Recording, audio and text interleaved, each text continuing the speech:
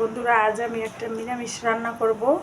এখানে আলু, কুমড়া, টমেটো, কাঁচকলা, কাঠকচু, ভেন্ডি, লাউ শাক, কড়াইতে সরিষার তেল দিয়ে দিয়েছি। এখন পেঁয়াজ, আদা রসুন বাটা, স্বাদ মতো আদা রসুন বাটা, হলুদ মরিচের কোনো পানি দিয়ে এটা কষাই, যেগুলো আমি দিয়ে দিয়েছি এখন কষাই নি।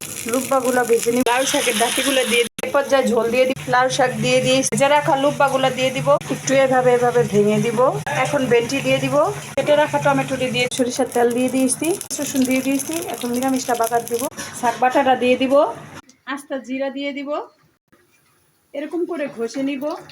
জিরাটার গ্রাম সুন্দর আসবে। বাগার দিয়ে দিলাম, ধনেপাতা দিয়ে দিলাম। সাফ করার পালা। বন্ধুদের বলো যে কেমন হয়েছে রান্না। এভাবে নিরামিষ পাকায়া খেয়ে দেখবেন, অনেক স্বাদ। মাশাআল্লাহ, অনেক মজা হয়েছে।